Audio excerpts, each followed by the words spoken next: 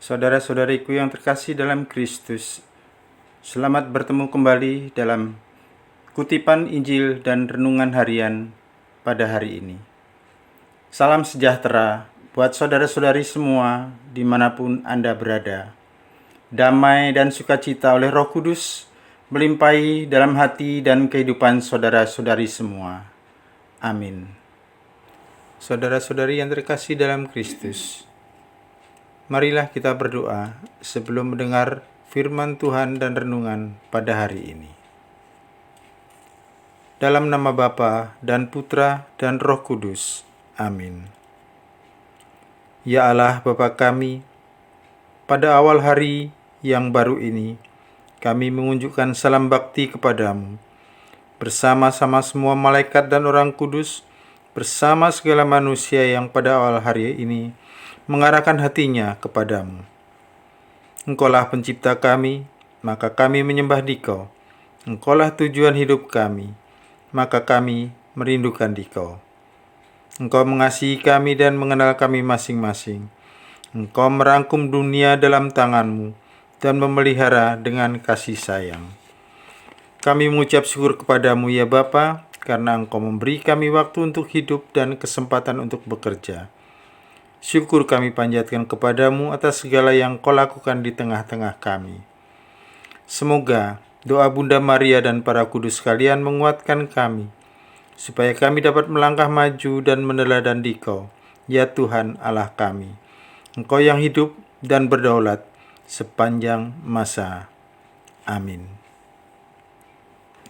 Bacaan pertama dikutip dari surat Rasul Paulus kepada jemaat di Roma, bab 11 ayat 1-2a, bab 12 ayat 25-29. Saudara-saudara, mungkinkah Allah menolak umatnya? Sekali-kali tidak. Sebab aku sendiri pun orang Israel dari keturunan Abraham, dari suku Benyamin. Allah tidak menolak umatnya yang telah Dia pilih. Maka aku bertanya, apakah bangsa Israel tersandung dan harus jatuh? Sekali-kali tidak. Tetapi karena pelanggaran mereka, keselamatan telah sampai kepada bangsa-bangsa lain, supaya membuat mereka menjadi cemburu. Jika pelanggaran mereka berarti kekayaan bagi dunia, dan kekurangan mereka kekayaan bagi bangsa-bangsa lain, apalagi kesempurnaan mereka. Saudara-saudara, hendaknya kalian mengetahui rahasia ini, agar jangan menganggap dirimu pandai. Sebagian dari bangsa Israel telah menjadi tegar hati sampai segenap bangsa lain masuk. Dengan demikian, akhirnya seluruh Israel akan diselamatkan. Seperti ada tertulis, dari Sion akan datang penebus. Ia akan menyingkirkan segala kefasikan dari Yakub. Inilah perjanjianku dengan mereka. Apabila aku menghapuskan dosa mereka, mengenai Injil, orang-orang Israel adalah musuh Allah oleh karena kalian. Tetapi mengenai pilihan mereka adalah kekasih Allah oleh karena nenek moyang. Sebab Allah tak pernah menyesali kasih karunia dan panggilannya. Demikianlah sabda Tuhan. Syukur kepada Allah. Mazmur tanggapan. Refrain. Tuhan tidak akan membuang umatnya. Berbahagialah orang yang Kau hajar ya Tuhan, yang Kau ajari Taurat-Mu. Hatinya akan tenang di hari-hari malapetaka. Refrain. Tuhan tidak akan membuang umatnya. Sebab Tuhan tidak akan membuang umatnya, dan milik pusakanya tidak akan Ia tinggalkan. Sebab hukum akan kembali kepada keadilan, dan semua orang yang tulus hati akan mematuhi. Refrain. Tuhan tidak akan membuang umatnya. Jika bukan Tuhan yang menolong aku, sudah lama aku merunduk di tempat sunyi. Ketika aku berpikir, kakiku goyah. Kasih setiamu ya Tuhan menopang aku. Refrain. Tuhan tidak akan membuang umatnya. Haleluya, haleluya. Terimalah bebanku dan belajarlah kepadaku, sebab aku lemah lembut dan rendah hati. Haleluya, haleluya. Semoga Tuhan beserta kita sekarang dan selama-lamanya. Inilah Injil suci menurut Lukas bab 14 ayat 1 dan ayat 7 sampai ayat 11. Dimuliakanlah Tuhan. Pada suatu hari Sabat, Yesus masuk rumah seorang pemimpin orang-orang Farisi untuk makan di situ. Semua yang hadir mengamati dia dengan seksama. Melihat tamu-tamu berusaha menduduki tempat-tempat terhormat, Yesus lalu mengatakan perumpamaan berikut. Kalau engkau diundang ke pesta perkawinan, janganlah duduk di tempat kehormatan, sebab mungkin ada undangan yang lebih terhormat daripadamu. Jangan-jangan orang yang telah mengundang engkau dan tamu itu berkata kepadamu, berikanlah tempat itu kepada orang ini. Lalu dengan malu engkau harus pindah ke tempat yang paling rendah. Tetapi apabila engkau diundang, duduklah di tempat yang paling rendah.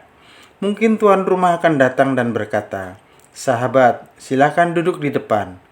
Dengan demikian engkau akan mendapat kehormatan di mata semua tamu yang lain. Sebab barang siapa meninggikan diri akan direndahkan, dan barang siapa merendahkan diri akan ditinggikan. Demikianlah sabda Tuhan. Terpujilah Kristus. Saudara-saudara yang terkasih, sikap rendah hati itu tulus. Ini pun akan menunjukkan suatu pribadi yang pantas dikagumi. Istilah zaman sekarang, low profile. Tidak menunjukkan bahwa seseorang kehilangan harga diri dan mutu.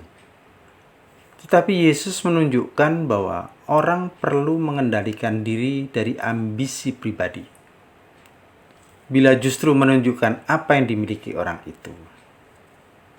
Salah satu yang ditunjukkan dalam Injil pada hari ini adalah soal memilih tempat. Tempat dan kedudukan memang bisa menunjukkan mutu seseorang. Tetapi ternyata bahwa mutu tidak hanya bisa digantungkan dengan tempat. Sikap dan penampilan juga ikut menentukan mutu tersebut.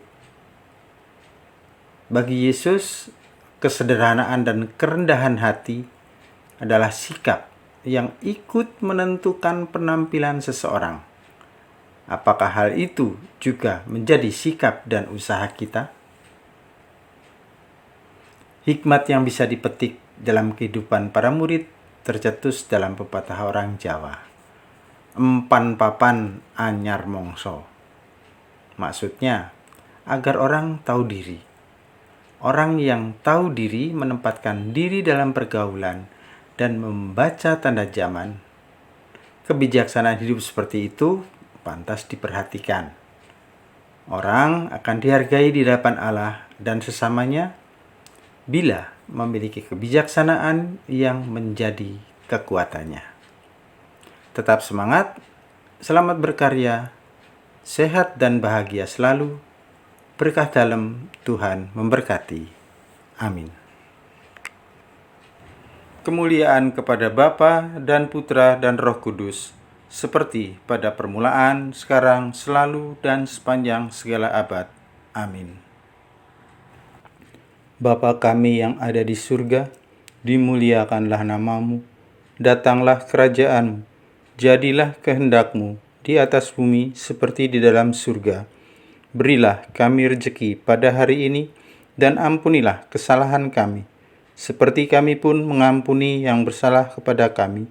Dan janganlah masukkan kami ke dalam percobaan, tetapi bebaskanlah kami dari yang jahat. Amin. Dalam nama Bapa dan Putra dan Roh Kudus. Amin.